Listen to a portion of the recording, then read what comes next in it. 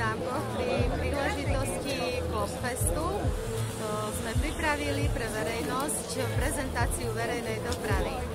Pri tejto príležitosti ukazujeme ľuďom náš autobus, aký premáva na mestskej doprave a snažíme sa osloviť ľudí, aby čo najviac využívali aj mestskú dopravu, aj prímestskú dopravu.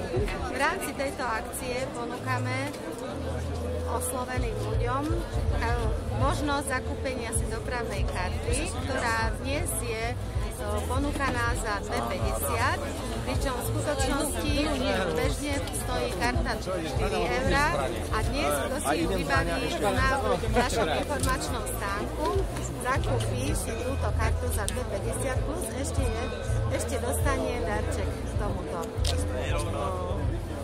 Ďalej pripravili sme pre detičky akciu, že môžu si vymalovať v autobuse vymalovávanku. Kto je ochotný, detičky dostanú balóniky, sladkosti a podobné pripravené veci.